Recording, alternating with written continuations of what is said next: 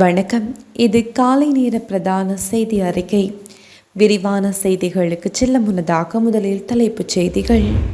மாவீர தின நிகழ்வுகள் உண்மைக்கு புறம்பான தகவலை வெளியிட்ட சந்தேக நபருக்கு விளக்கமறியல். அடுத்த 36 மணித்தியாலங்களுக்கான வானொலி பற்றிய அறிவித்தல். ஜனாதிபதியை பாராட்டிய ரணில். அன்பார்ந்த பார்வையாளர்களே, உங்களுடைய நிறைந்த ஆதரவை வழங்கி எமது யாழ் டிவி சேனலை சப்ஸ்கிரைப் செய்யுங்க. எனினும் இன்னும் எமது சேனலை ஆரம்பித்து 1.5 வருடங்கள் ஆகியும் எமக்கான பார்வையாளர்களின் ஆதரவு குறைவாக உள்ளது. மேலும் எமது சேனலை சப்ஸ்கிரைப் செய்யாமல் 98% பார்வையிட்டு வர்றீங்க. உங்களுடைய ஆதரவு எமக்கு மிகவும் முக்கியமானது. எங்களை ஊக்குவிக்கவும் எமது செய்திகளை தடைகளின்றி உடனுக்குடன் அறிந்து கொள்ளவும் எமது சேனலை சப்ஸ்கிரைப் செய்யுங்க. மேலும் பெல் பட்டன் அழுத்தி எம்மை உற்சாகப்படுத்துங்க. இனி தொடர்பான விரிவான செய்திகள்.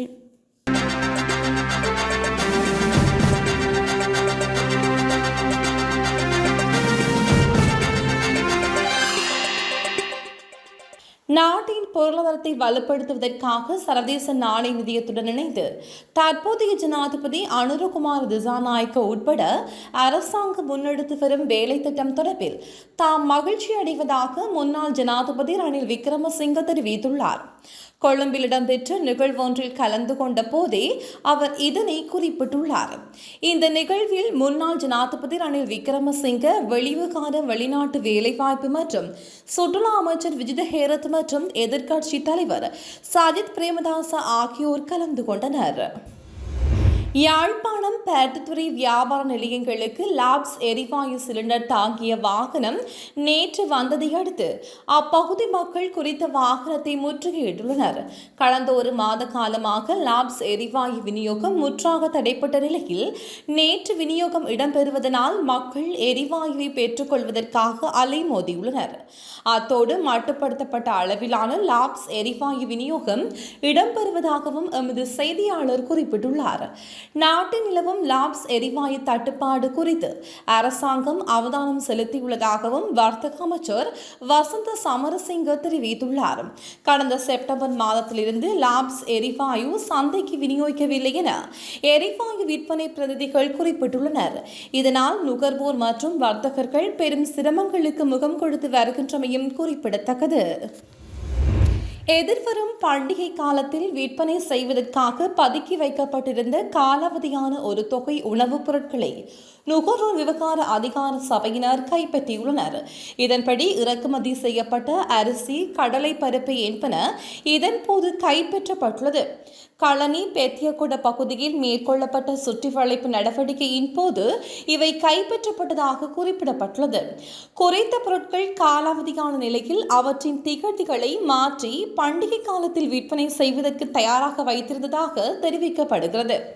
இதேவேளை வத்தளை பகுதியில் இறக்குமதியாளர்கள் மற்றும் மொத்த வியாபாரிகளினால் முன்னெடுக்கப்படும் களஞ்சிய சாலைகளில் மேற்கொள்ளப்பட்ட சுற்றி வளைப்பின் போது காலாவதியான 4 தொன் காய்ந்த மிளகாய் கைப்பற்றப்பட்டுள்ளது.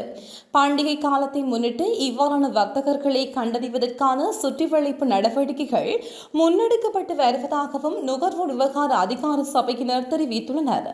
அவ்வாறான தகவல்கள் இருப்பின் 1977 என்ற நுகர்வோர் விவகார அதிகார சபையின் துரித இலக்கத்திற்கு அழைப்பை ஏற்படுத்துமாறும் பொதுமக்களுக்கு அறிவுறுத்தப்பட்டுள்ளது. இதேவேளை கடந்த சில மாதங்களாக சந்தையில் நாட்டு அரிசிக்கு பற்றாக்குறை நிலவி வருகிறது. இந்த விடயம் தொடர்பில் தீர்வொன்றை வழங்குவதற்காக சிறு மற்றும் நடுத்தர அரிசி ஆலை உரிமையாளர்களுடன் அரசாங்கம் பல தடவைகள் பேச்சுவார்த்தைகளை நடத்திய போதும் தீர்வு வழங்கப்படவில்லை எனவும் தெரிவிக்கப்படுகிறது. இதனிடையே சந்தையில் நிலவும் நாட்டு அரிசி பற்றாக்குறைக்கு தீர்வு காணும் வகையில் அரிசி விலையை கட்டுப்படுத்தவும் 70,000 மெட்ரிக் டன் நாட்டு அரிசியை இறக்குமதி செய்வதற்கு அரசாங்கம் தீர்மானித்துள்ளது. இதற்கான விலை மனு கோரல் நடவடிக்கையும் ஏற்கனவே முன்னெடுக்கப்பட்டுள்ளதாக தெரிவிக்கப்படுகிறது.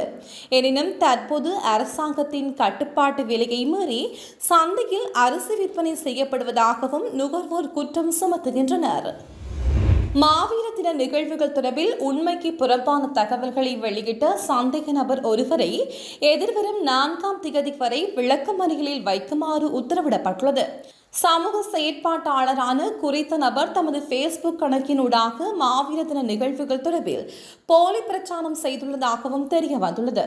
அதன்படி நேற்று அதிகாலை பொருள்ஸ் சமூக பகுதியில் குற்றப்புலனாய்வு திணைக்களத்தினால் கைதான குறித்த சந்தேக நபர் கொழும்பு நீதவான் முன்னிலையில் பிரசன்னப்படுத்தப்பட்டார்.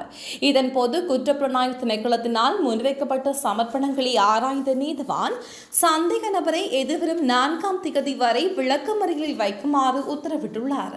அத்துடன் மாவீர தின நிகழ்வுகளை ஊக்குவித்த குற்றச்சாட்டில் கைதான மற்றும் ஒரு சந்தேக நபரை எதிர்வரும் 4ஆம் திகதி வரை விளக்கமறியலில் வைக்குமாறு யாழ்ப்பாண நீதவான் நீதிமன்றம் உத்தரவிட்டுள்ளது. பயங்கரவாத தடுப்பு மற்றும் விசாரணை பிரிவின் யாழ்ப்பாண உப பிரிவினரால் இணுவில் பகுதியைச் சேர்ந்த 37 வயதுடைய ஒருவர் நேற்றைய தினம் கைது செய்யப்பட்டார். அவருக்கு எதிராக பயங்கரவாத தடுப்பு சட்டத்தின் கீழ் வழக்கு தாக்கல் செய்யப்பட்டுள்ள நிலையில் அவர் நேற்றைய தினம் யாழ்ப்பாணம் நீதவான் நீதிமன்றத்தில் பிரசன்னப்படுத்தப்பட்டார். இதனை அடுத்து குறித்த சந்தேக நபரை எதிர்வரும் 4ஆம் திகதி வரை விளக்கமறியலில் வைக்குமாறு நீதவான் உத்தரவிட்டுள்ளார். அத்துடன் குறித்த சம்பவம் தொடர்பில் கைதாகியுள்ள ஏனைய இருவர்களின் ஒருவர் பத்திகம பகுதியைச் சேர்ந்த 28 வயதுடையவர் எனவும் தெரிவிக்கப்பட்டுள்ளது. இதேவேளை தமிழீழ விடுதலை புலிகள் அமைப்பு இலங்கையின் தடை செய்யப்பட்ட அமைப்பாக இருந்தாலும் பதாதைகள், சின்னங்கள் மற்றும் புகைப்படங்களை பயன்படுத்தி உயிரிழந்த உறுப்பினர்களை நினைவு கூறுவதில் தடையில்லை என பொதுமக்கள் பாதுகாப்பு அமைச்சர் கருத்து வெளியிட்டதாக தகவல்கள் வெளியிடப்பட்டன. இவ்வாறு பரப்பப்பட்ட உண்மைக்கு புறம்பான பிரச்சாரம் தொடர்பில் காவல்துறை அதிபரின் பணிப்புரைக்கு அமைய விசாரணைகள் ஆரம்பிக்கப்பட்டுள்ளது. கொத்மலை காவல்துறை பிரிவுக்குட்பட்ட வெதமுள்ள தோட்டத்தில் நேற்று முன்தினம் இரவு மின்சாரம் தாக்கி ஒருவர் உயிரிழந்துள்ளார். சம்பவத்தில் வெதமுள்ள தோட்டத்தைச் சேர்ந்த 67 வயதுடைய தங்கவேல் கிருஷ்ணராஜ் என்பவரை உயிரிழந்தார். குறித்த பகுதியில் உள்ள மரக்கரை தோட்டத்தில் பாதுகாப்பு வேலியில் இணைக்கப்பட்டிருந்த மின்சார இணைப்பிலிருந்து மின்சாரம் தாக்கி உயிரிழந்ததாக காவல்துறை தெரிவித்துள்ளது.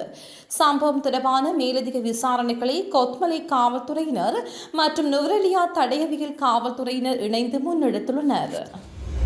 கடந்த சில நாட்களாக நாட்டில் நிலவி வரும் சீரற்ற காலநிலை காரணமாக பொருளாதார மத்திய நிலையங்களில் மரக்கறிகளின் விலை அதிகரித்துள்ளதாக தெரிவிக்கப்படுகிறது. அத்துடன் டாம்புள்ளை பொருளாதார மத்திய நிலையத்தில் பெறப்பட்ட மரக்கறிகளின் அளவு 65% குறைந்துள்ளதாக குறிப்பிடப்பட்டுள்ளது. கேப்பட்டிபோல பொருளாதார மத்திய நிலையத்தின் மரக்கறிகளின் விலைகள் மிக அதிகமாக காணப்படுவதாக தெரிவிக்கப்படுகிறது. இதனிடையே கடும் மழை காரணமாக நுவரெலியா மாவட்டத்தில் பெருமளவான மரக்கறி தோட்டங்கள் நீரில் மூழ்கியதுடன் பயிர்கள் அழிவடைந்துள்ளதாகவும் குறிப்பிடப்பட்டுள்ளது.